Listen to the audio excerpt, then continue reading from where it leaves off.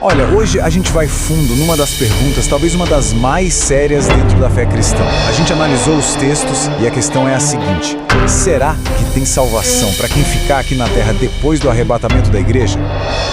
A pergunta é essa, bem direto. Quer dizer, quando aconteceu o tal do arrebatamento, acabou? A porta da salvação se fecha para sempre?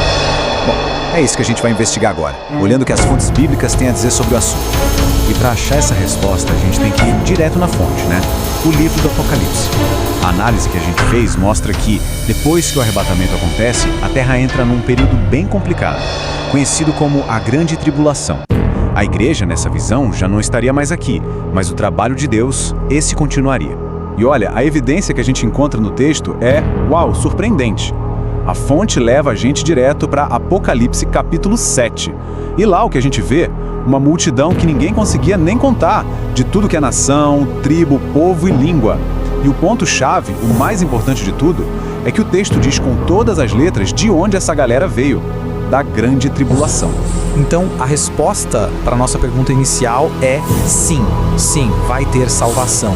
Só que, e esse só que é gigante, é muito importante, não vai ser nem de perto como é hoje. As circunstâncias vão ser completamente diferentes, o que já puxa a próxima pergunta, né? Como é que vai ser esse tempo? Beleza. Então vamos entender melhor o que as fontes falam sobre essa tal de Grande Tribulação. É nesse cenário aí que essa salvação futura acontece.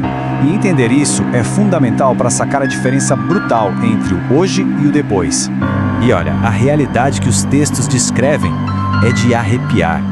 Pode esquecer conforto, pode esquecer liberdade de culto. Decisão fácil não vai existir mais. O que se descreve é um tempo de perseguição pesadíssima, de engano por todo lado, e para muita gente, a fé vai custar o preço mais alto de todos, a própria vida. Tendo essa imagem na cabeça, a análise que a gente fez propõe uma comparação bem direta. É um contraste, sabe? Entre escolher ter fé hoje, agora, e escolher ter fé lá nesse futuro. Vamos dar uma olhada em como essa diferença se desenha na prática. E essa comparação, é de cair o queixo.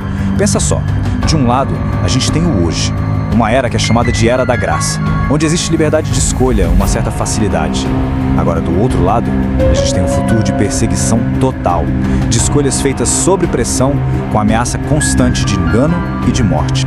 Mas atenção aqui, porque este é um ponto crucial.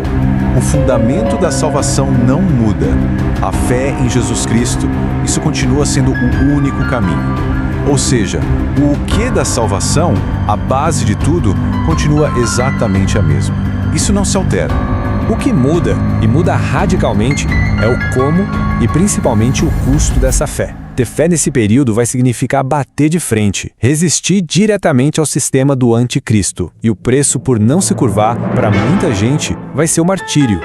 Bom, depois de ver tudo isso, a análise nos direciona para um alerta final. É tipo uma advertência mesmo, que vem direto das Escrituras sobre como é urgente tomar uma decisão agora, no presente.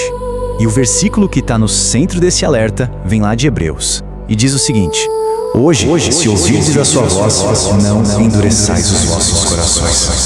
É um chamado muito direto, né? Para agir agora. É quase uma súplica para não deixar para depois, para não fechar a porta. Isso meio que muda a nossa forma de ver o arrebatamento, né? Dentro desse contexto todo. Ele não seria o fim da salvação em si, mas sim o fim do que a gente poderia chamar de oportunidade fácil. O fim dessa era de graça que a gente está vivendo agora.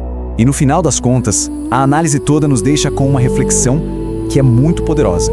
Aquela pergunta inicial, que era bem teológica, se transforma em algo super pessoal e urgente.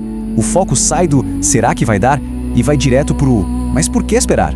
Por que deixar para amanhã e pagar um preço terrível por isso, algo que pode ser abraçado hoje, num tempo de graça?